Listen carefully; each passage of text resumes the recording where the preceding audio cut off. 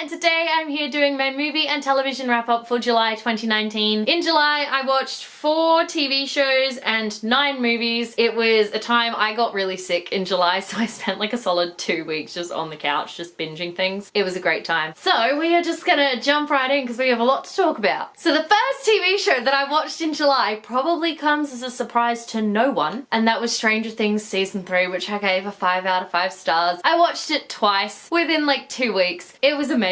I loved it. I did a full reaction video to it. It's full of spoilers, but I will leave that linked in the description box below. It is my Stranger Things 3 video. If you've seen the season and you want to see my reactions to it when I was crying at 4:30 in the morning when I finished the finale, go watch that video. So I have to show you guys, I have this amazing friend at book club. Her name is Renee, and I put out a thing on Twitter being like, I'm so broke I can't afford Stranger Things 3 pop vinyls. She messaged me, she's like, who's your favorite character? And I was like, well, obviously Stick Harrington is my favorite. And so when I went to book club, she had bought me Steve. Oh my god, I'm literally in love with him, and he's like a special edition as well, so he's not coming out of the box, and the box is gorgeous and he's amazing. I don't know how well you're gonna be able to see it because you're gonna see reflection, but like look at that sundae that he's holding. Oh, I'm in love with this pop vinyl. I'm in love with this show. Thank you so much, Renee, for getting this for me. I'm in love. I don't really want to say too much about season 3 because I did do that whole like 30-minute video. But basically, I watched it twice. It was amazing. I'm in love and I'm still not over what happened. So, yay. The second TV show that I watched in July was Wizards of Waverly Place. I rewatched it, seasons 1 to 4. Stan has recently done a deal with Disney, so there's a bunch of old Disney Channel shows on there. So I binged Wizards of Waverly Place. I gave it a 5 out of 5 stars. I adore Wizards of Waverly Place. I think it is one of my favorite Disney Channel shows ever. I love Selena Gomez, and I just loved the concept and like how much fun the show was. I cried again watching the finale. This was a rewatch to rewatch all 4 seasons. And yeah, I cried in the finale again. I'm like, I don't know why, but it's so emotional. So yeah, that was fun. It's one of the best shows that I think Disney Channel have done, just because, you know, you've got the wizards and I just think it's a lot of fun and it's different from the shows they would normally do. The third show that I watched in the month of July was Zoo. I rewatched seasons 1 and 2, and I watched season 3 for the first time. I gave this show, I gave like season 1 and 2 like a 4-star, and I gave season 3 like a 3.5 stars. I really enjoy Zoo. I think the first season has such an incredible concept and does really well at diving into that, and you know, you've just got these animals, they're rising up and they're attacking humans and we don't really know why, and then we figure out why and we follow this incredible cast of characters, and it just kind of goes on from there. Season 2, it starts to go a little bit downhill because we get some weird stuff happening, but then we got to season 3, and season 3, I don't remember why I didn't watch season 3 when it first came out, but I didn't, and watching it now I was like, oh, you've made some decisions that I don't fully agree with here. I think it just got a little silly. It turned into a big mess basically. The show got silly and I just wasn't in love with it anymore, and then it ended on a cliffhanger and the show had been cancelled, and I was like, cool, so I'll just make up my own story of what happens at the end then, but at the same time I don't really care. So I enjoy the show. I did enjoy rewatching seasons 1 and 2, and I did enjoy my first time watching season 3 all the way through, but I can definitely see why it got cancelled, and I don't think I would enjoy watching it again. And then the fourth show that I watched in July, I finished iZombie season 5. I gave it a 5 out of 5 stars. This was iZombie's 5th and final season. The majority of the season had the same sort of murder of the week episode, and Liv took on a new brain personality, and that was the majority of the show. But these last 2 episodes were so final.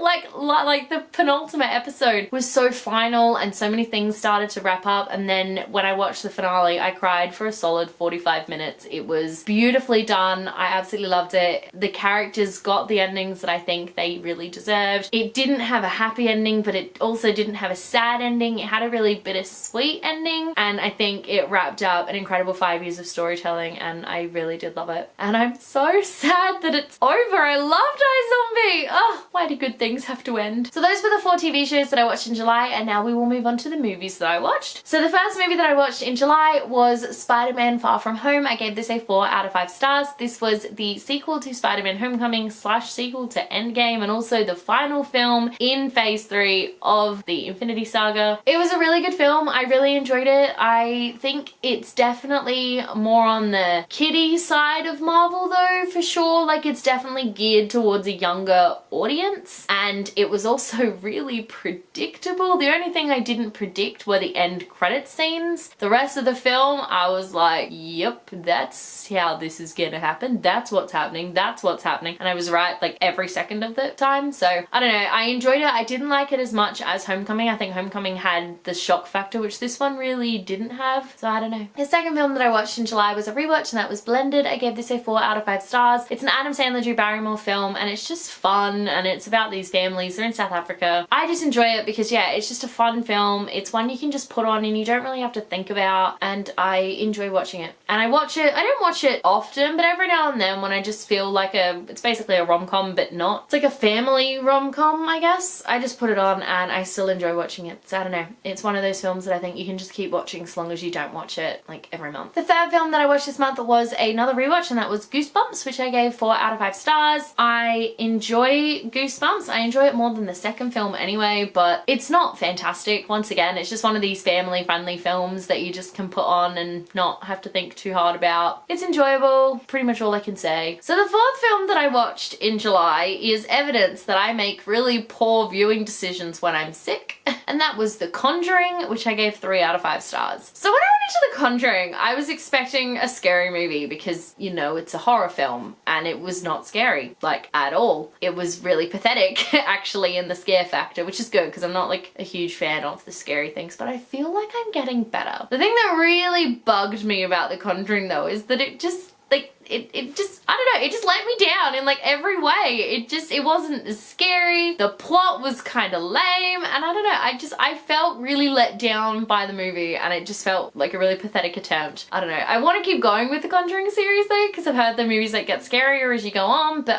this one in particular didn't do much for me. Fifth movie that I watched was another rewatch, and that was Ice Age, which I gave 3 out of 5 stars. I love the Ice Age franchise, I really do, but my least favorite of the films is the first one. I don't think it's that good.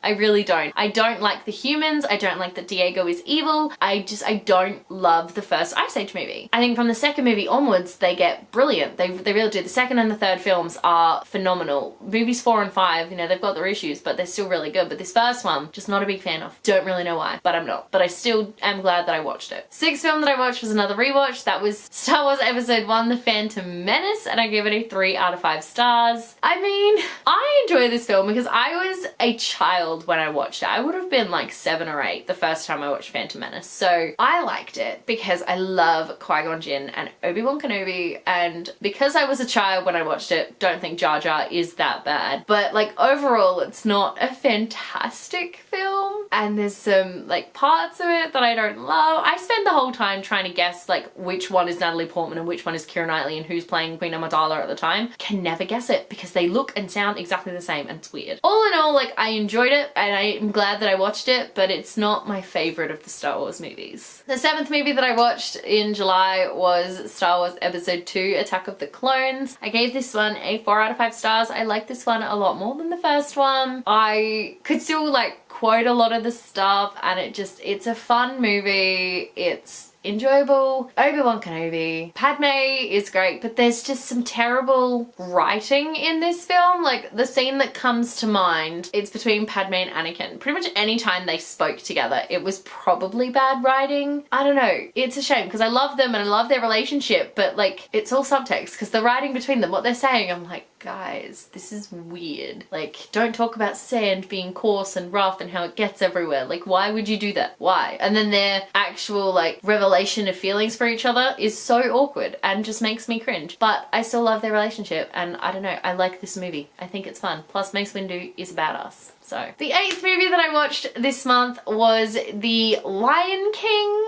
the new movie, the 2019 one. I gave it a 3 out of 5 stars. I didn't love it. I did a full movie review of this one, which I will leave linked in the description box below if you want to check it out. But basically, the best way I can put it is the intention was there, but the magic was not. And the 9th movie that I watched in July was Top Gun, which I gave a 3 out of 5 stars. I watched Top Gun because the trailer for Maverick dropped and I have slowly gained an appreciation for Tom Cruise movies, and I wanted to watch the Maverick trailer, but I figured there'd probably be some spoilers in it, and there wasn't, because I have watched it now and there really wasn't. But I don't know, I didn't love Top Gun. I was kind of bored the whole film. I was like, is something actually gonna happen at some point? But I don't know, the music's great, so I enjoyed that, but like apart from that, it's not that great. And there we go, those were the 7 movies and the 4 TV shows that I watched in July. I had fun in July watching all this stuff. I was pretty sick at the time though, so that might have influenced some of my feelings towards these films, but you know, probably not. Thank you so much for watching. Let me know in the comment section below if you have seen any of these TV shows or movies. I would absolutely love to know. If you like this video, be sure to give it a huge thumbs up and don't forget to subscribe to my channel so you don't miss a thing. Stay random.